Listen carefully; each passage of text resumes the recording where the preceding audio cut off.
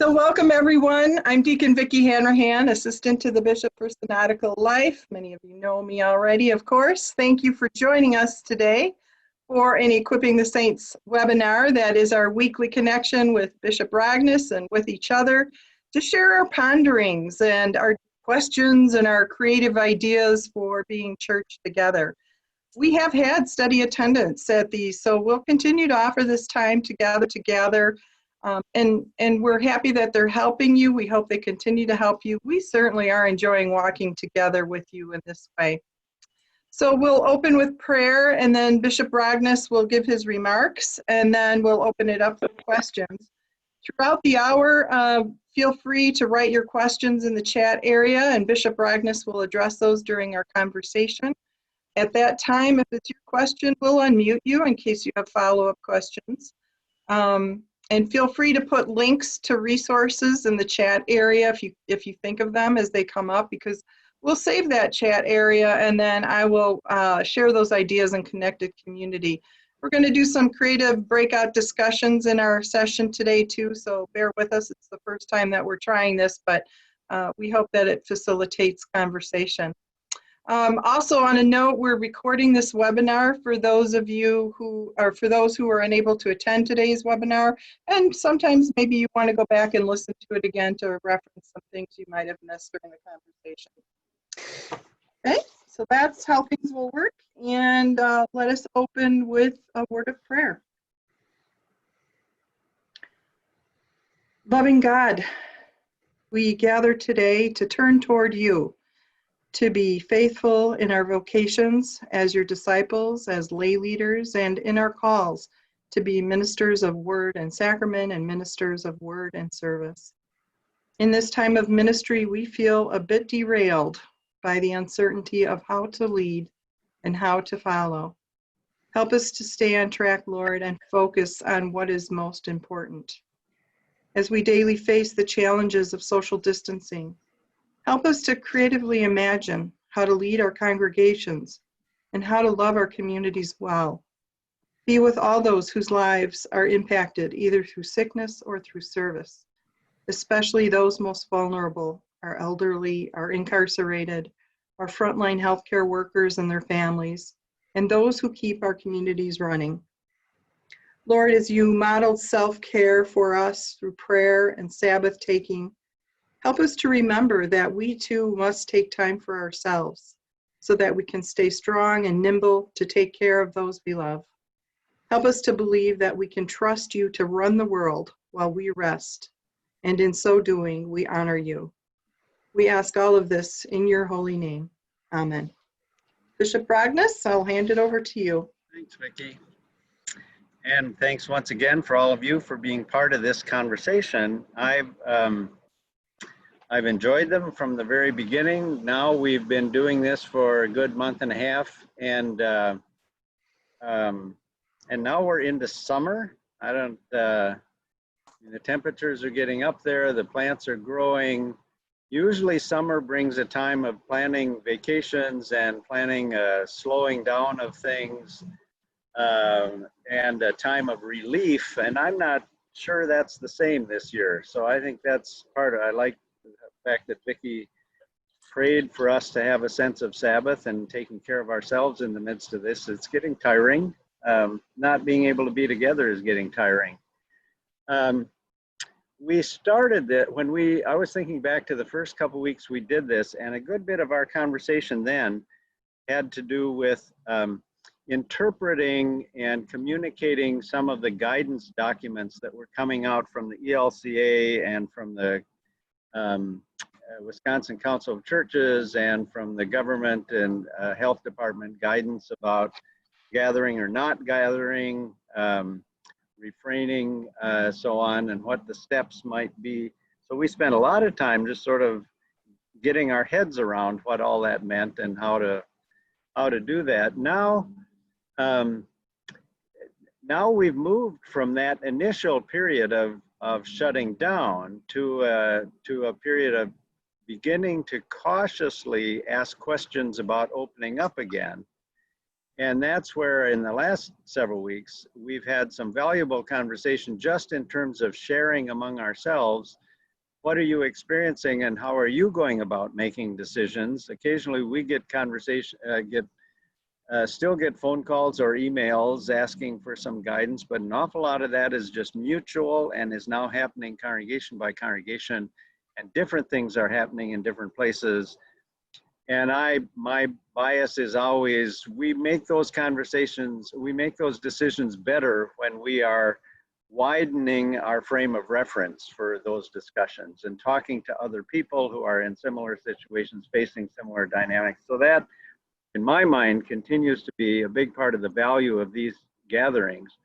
And then of course, in the last couple of weeks, we had thrust upon us that additional strain of conversation following the aftermath of the George Floyd killing and all of the disruption within society and the reemergence of issues of race and systemic systems and structures and so on. And how do we respond to that as God's faithful people in our own congregations, and how do we lead those discussions? And that's been another strain of our conversations back and forth. So those are all topics that I would find valuable for us to get into again today, again using the chat room as Vicki has suggested.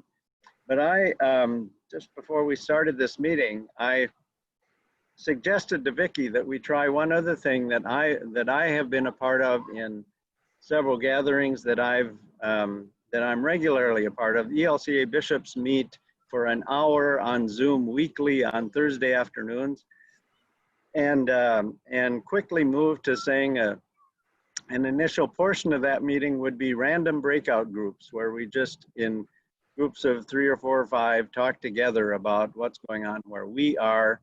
It's been a nice way of sort of getting reacquainted, in some cases with one another. So I suggest to Vicki, let's do that. Let's keep it short to start with, since this is our first time doing it. So for about the next 5 minutes, Robin's going to click you into breakout groups. You're going to be random. You haven't been assigned. You don't have to sit and ask, why was I put with so-and-so? You're going to be with who you're going to be with.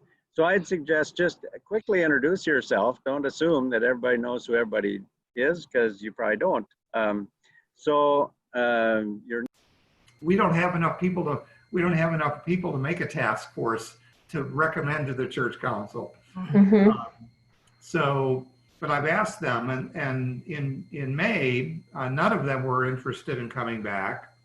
I asked them, would you come and worship? And then in June, about a little over a week ago, last week ago Monday, I asked them, and they were tentative, but most of them said that they would worship. But it was interesting because one man said, well, my wife wouldn't come because she's at risk, but I would. But they don't quite understand that that's making her at risk. Exactly. Yeah. So Yeah. We talked about that, and Mm-hmm. I had already made up my mind that we were not going to go back. Our congregation is our dynamics are interesting. We have again, a very small congregation. We have a big minority, a big minority of people who are 45 and under, including kids. And then we have a big group of more at risk or higher risk, and also the fear. And most of their children, their adult children, have said, don't go anywhere. We'll bring things to you, don't go. And then the younger ones, they say, well, we don't want our kids to get sick.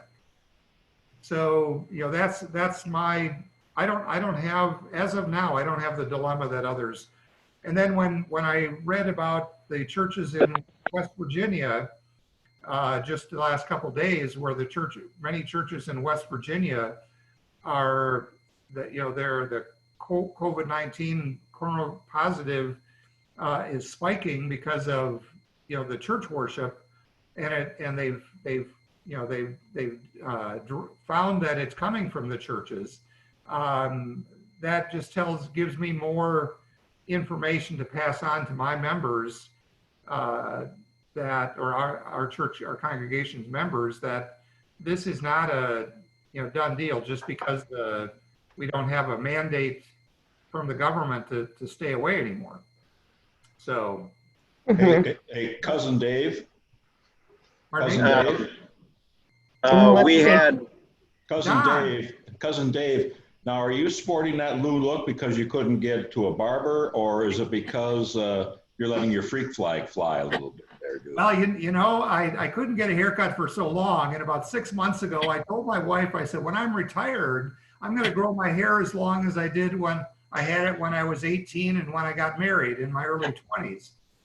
And this is, I've decided that this is the opportune time to do that. I'm going to let my freak flag fly. There you go. Hey, we've got to connect offline. I'm gonna jump in here for a minute if I can. I think if I missed my guess, I think we went, unless I missed my guess, we went more than 5 minutes. And the reason was, and this will be a wrinkle we'll figure out before, in the other settings where I've experienced breakout groups before, they just ended all of a sudden after a certain point, rather than in our case, we finally figured out we had to click leave in a corner. I don't know if all of the rest of you did that, but anyway, we'll figure that out. We did come up in the group that I was in with a couple of questions people are wondering about, and I think we should maybe just jump in with a couple of those, and sounds like a little bit of what David was just talking about. Many of our churches are obviously now in the how are we going to reopen, or in what way do we reopen? Gathering in a parking lot has been tried in a number of places and seems to be a little bit on the uptick. Question was raised, what has anybody found in the that is safe and is working for any in-person gathering, recognizing that as I said in our group, what we have to recognize is anything that brings our people out of their house and into another setting carries some degree of risk. So the question isn't so much how do you do it risk-free, it's how do you minimize the risk and give some people some assurance that it's safe to come. Last week, Dick Englund talked about the gathering that he did on a Thursday night outside, a conversation around race and the demonstrations and so on. Others of you have begun to do some limited in-house things, not outside, but in-house. But who's got stories to tell that would be helpful for others to hear, that would give some insight into some ways to do this safely?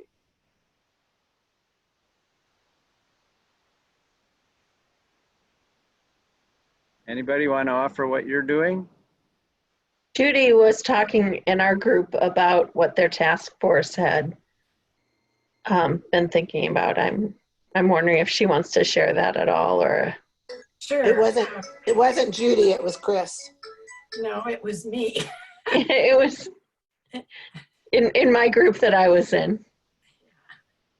We have a task force which makes its recommendation to council. We have not gotten that far yet, but we're talking about having 3 services, short services on Sunday morning.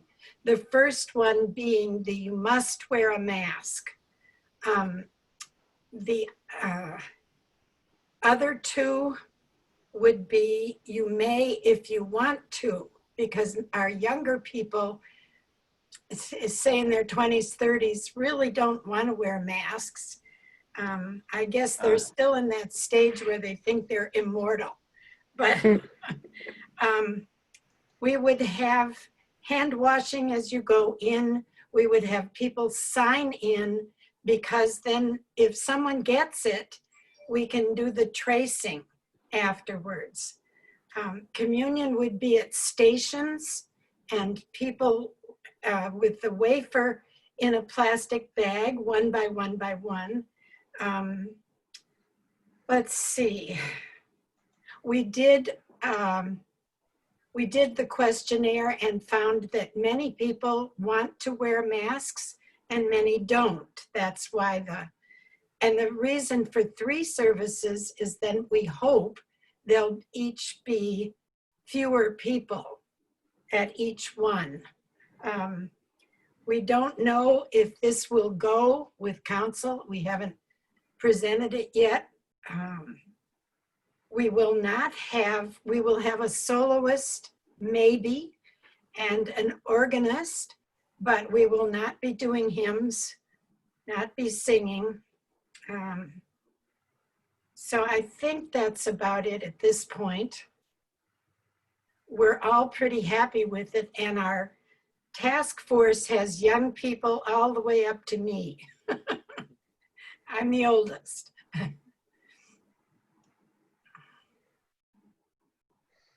Others?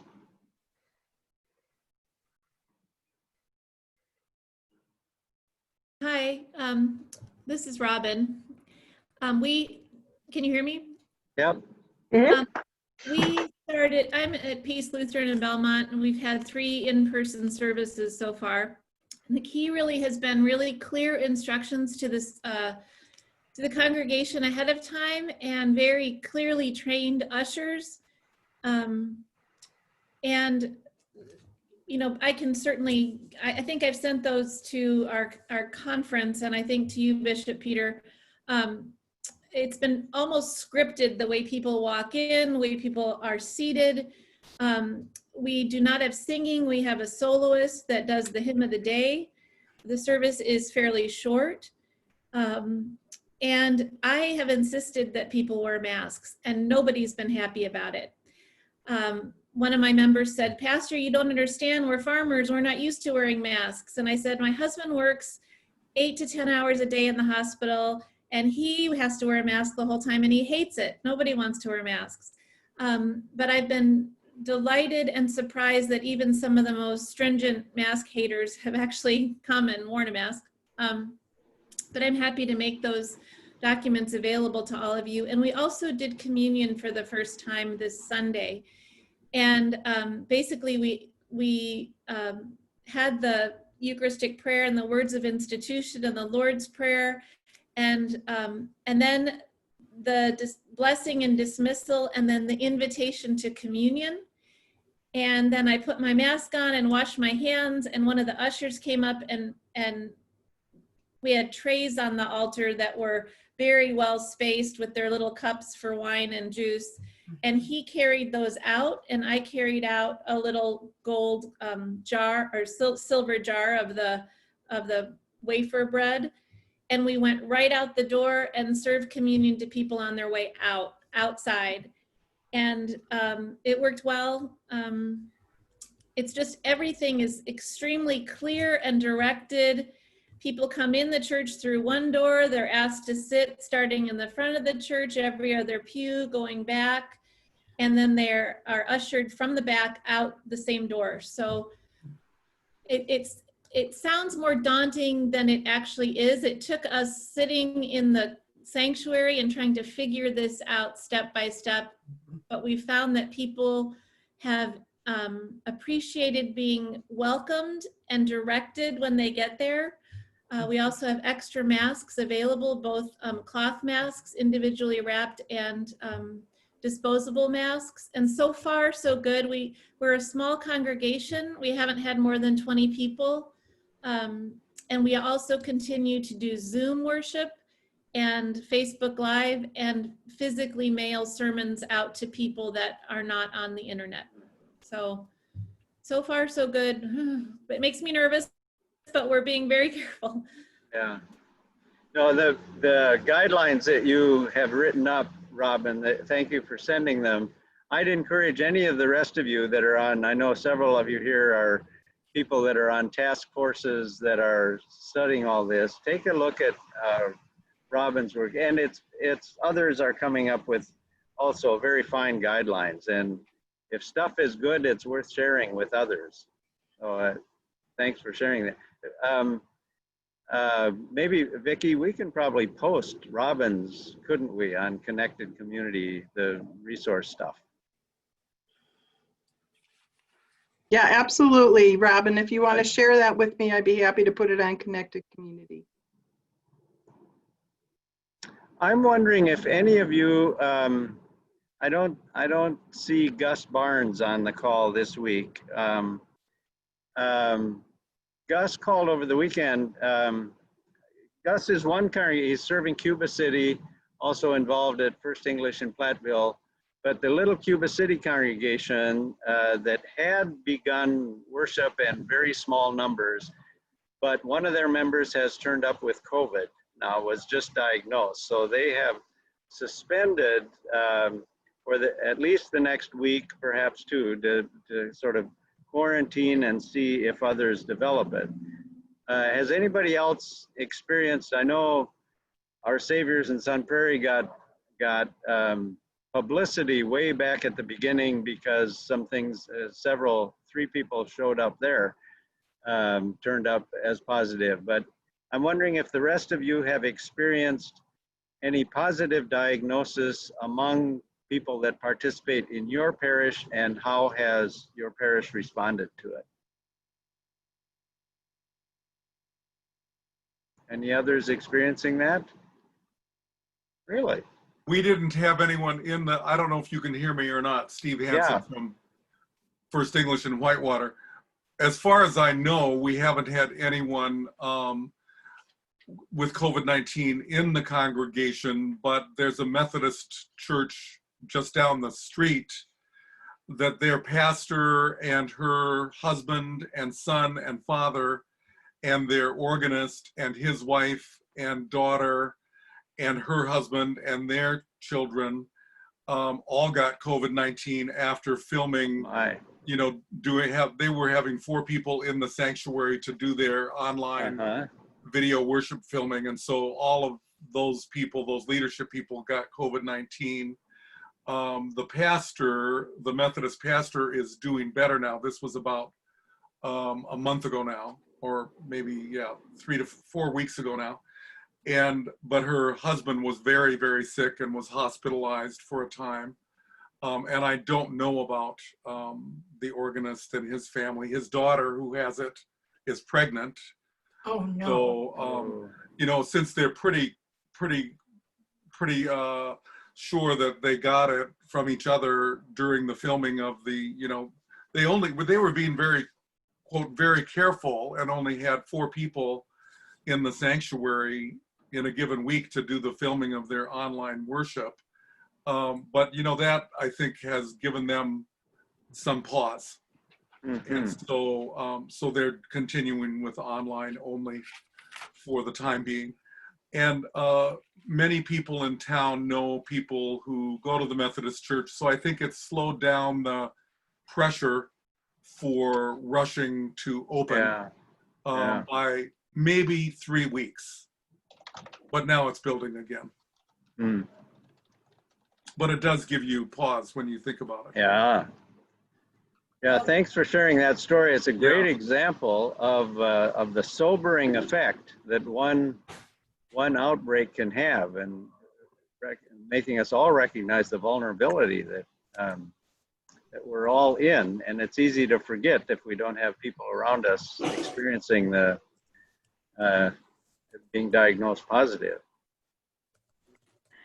This is Shelley Nelson from Adams in Argyle. I've lost my video, but I hope you all can hear me. We can hear you. We've had our first COVID victim, and we're having the funeral on Friday, and we are doing a parking lot drive-up service for the funeral service. And the person who has contracted COVID did not contract it at church, which was a good thing, but the family has been away from church and has been quarantined for quite a while. So they're coming back to church now. At this time has been very difficult too, because of the effects of COVID. And of course, the person who has passed on has had underlying complications as well. But nonetheless, it does not take away from the sadness and the horrific loss that this family has suffered. So. I had one person in my congregation, but we weren't meeting that has it, and she was asymptomatic. She had very mild symptoms. She had a backache, is what it was. She tested positive. Nobody else in her family ended up testing positive, and both her and her husband have now since then got the antibody to check to see if they have the antibodies, and neither of them tested positive for antibodies. So they don't know for sure if she tested, it was a false positive or not, but I feel like they said that they're more frustrated now than they ever have been, because there's no really rhyme or reason to this virus. They don't know if they're protected now, or she is even. And I think that it just kind of shows you that it's kind of it's something that we can't really, the experts can't even really wrap their minds around. I think that's what we're dealing with. So it makes us to be wary. I'm spotting a couple of questions in the chat room. One I think I can shoot an answer at, and another one from Lucy that I'll pose. Fred Rilling asked about how do you figure out the sanctuary pew seating arrangements. I know of one congregation that simply made markers. In fact, we just talked about that the other day for the Synod Assembly. We will actually provide congregations with little placeholders, put your seat here, and space them out so they're more than 6 feet in any given pew, and at least one pew in between the pews that are being used. If a sanctuary is big enough, maybe even 2 pews in between, but just plain assigning places, you can sit here, you can sit here, is the way a couple of congregations have done it. Maybe others of you have some suggestions. Michelle got a hand up. Michelle? Yeah, we're using the materials Robin had sent out. We're doing our training this Wednesday night for ushers, so they need to come wearing masks. And we're just, like Robin said, going to be doing a lot of the training. And then, what was I going to say? Oh, we're going to seat people like the old-fashioned way. They used to, the ushers would bring in the individuals and seat them from the front to the back, skipping every other pew, instead of just waiting and having places marked and having people trying to figure it out. Just like I said in the letter, just like you would do to go to the theater, a live theater, you get seated. You go to weddings, you get seated, or the old time church, Sure. You would seated and released, and that's what we're doing. Is the ushers are going to be seating people and then releasing them. So Michelle, in regards to that, I'm thinking then, are you saying that a person, let's say a single person comes in and you put them in the front, and then the next group that comes in is a group of 4? That's the part I'm wondering about, is how you delineate, or do you just have them already marked off for groups of large groups, small groups, or how do you deal with the fact that the numbers are changing as they come in? Well, a group, you mean by a family group that comes together? Yes. It's a family group, they're going to be sitting together. And so they'll sit at the end of one pew together. The next pew is empty. They'll seat a single person in the following pew on the opposite side, making sure there's 6 feet between them. And they're going to be blocking off every other pew. So some pews may have, a single person, but, some pews may have 4 or 5, up to 6 people if it's that big of a family. But I don't expect to see any families that big coming back right away. We do. We'll just sit them all in one pew or split them up if we have to. Can I just interject? We have a special place. We have 2 large families, and so we've just designated our transepts as their official places where they'll be seated. But like I said, we're a small congregation, but we actually have special areas that we can accommodate. We made the limit 4 people to if a family group's bigger than 4 people, they have to go to the transept. So we are returning to the age of people having their pew in their church, it sounds like. Well, wanna now go- in our case, they're going to be sitting in different pews, and that's what Robin's letter said too. They get to sit in yeah. different pews. I want to switch in the time we have left, because there were a couple of questions about surveys. You may recall, if you were on 2-3 weeks ago, I think it was the folks from Bristol that shared that they had sent out a congregational survey. It was very helpful, I think, in terms of not only getting information from the congregation, but getting congregational buy-in to whatever guidelines the congregation ended up with. Lucy and Beloit is asking, putting a survey together now and looking for suggestions. Any of you that have done surveys, are there particular questions that you think would be especially helpful to make sure you put on a survey? Bishop, I haven't actually done it myself. This is Peg Hager from First Lutheran, but I did get from my daughter St. Luke's in Middleton survey. I thought it was extremely well done, but I can't give you a specific question because I don't have it in front of me. But I thought it was a good resource. I thought it was very well thought out. And they're a bigger congregation with multiple services normally, so it accommodated that too. So Lucy, Jerry Tews and then Connie both had their hands up. Jerry, I think you're muted. Do that. Go, Jerry. Yeah, I'm serving here at St. Luke's, and one of our staff people is very capable of doing the online surveys, and it's very detailed and very helpful. We had over 300 responses to it, and it does provide a lot of congregational buy-in. And at this point in time, we are about half of our people do not want to gather again, publicly or in person. And yet a very small number would be willing to try and do that. So we're not sure just when it would be that we would have in-person type of meeting.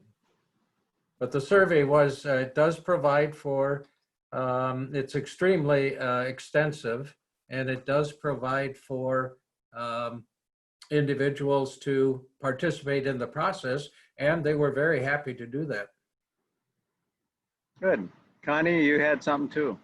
Yeah, we sent out a survey as well, and I think the two questions that I thought were most important is what has to happen with COVID before you're feeling comfortable coming back, like cases being down or in Dane County, or there's a vaccine, or that kind of thing.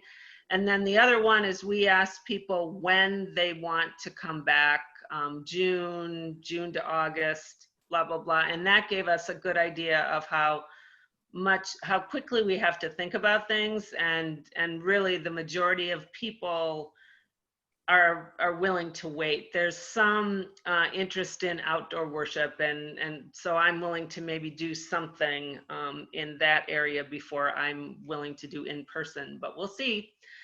Like I told my small group, that conversation happens tonight with council, so. Sarah Iverson posted a question on the in the chat room. Those of you who are worshiping together in your building, is it open for other activities throughout the week, other programmatic gatherings during the week? What has anybody been experiencing with regard to other gatherings outside of worship?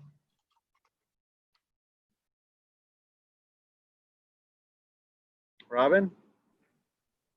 We are not using our building for other things. We do have a really small group of people that do quilts, and we did say that they could meet. It's only 4 people, and they are wearing masks, but there's no one else using our building right now. We have a couple of groups using our building, but the AA and Al-Anon meet at our building, and we felt it was important to continue to support that group. So they agreed to wipe down everything and socially distance when they do meet. So they meet on Tuesday and Wednesday. And then in addition to that, we've had a couple of blood drives. That the blood supply has been really short. And so these were scheduled at the school district and one that's always scheduled at our building. So those have been held as well to continue to provide that for people. But yeah, otherwise our building's been closed.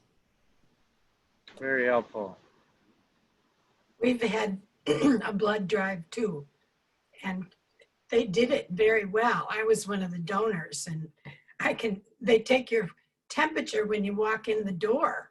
And they are very careful about distances between, and everybody wears masks. It felt very safe. Thank you. I'm watching the time and recognizing we're closing in on the end of the hour. Thanks once again for being part of this. Vicki, I think, has a couple of announcements about some things coming up, and then we'll close out this session. If there are, you can put it in this chat room or email us if particular questions come up that you'd like to have us address. Why, let us know that. Vicki. Okay.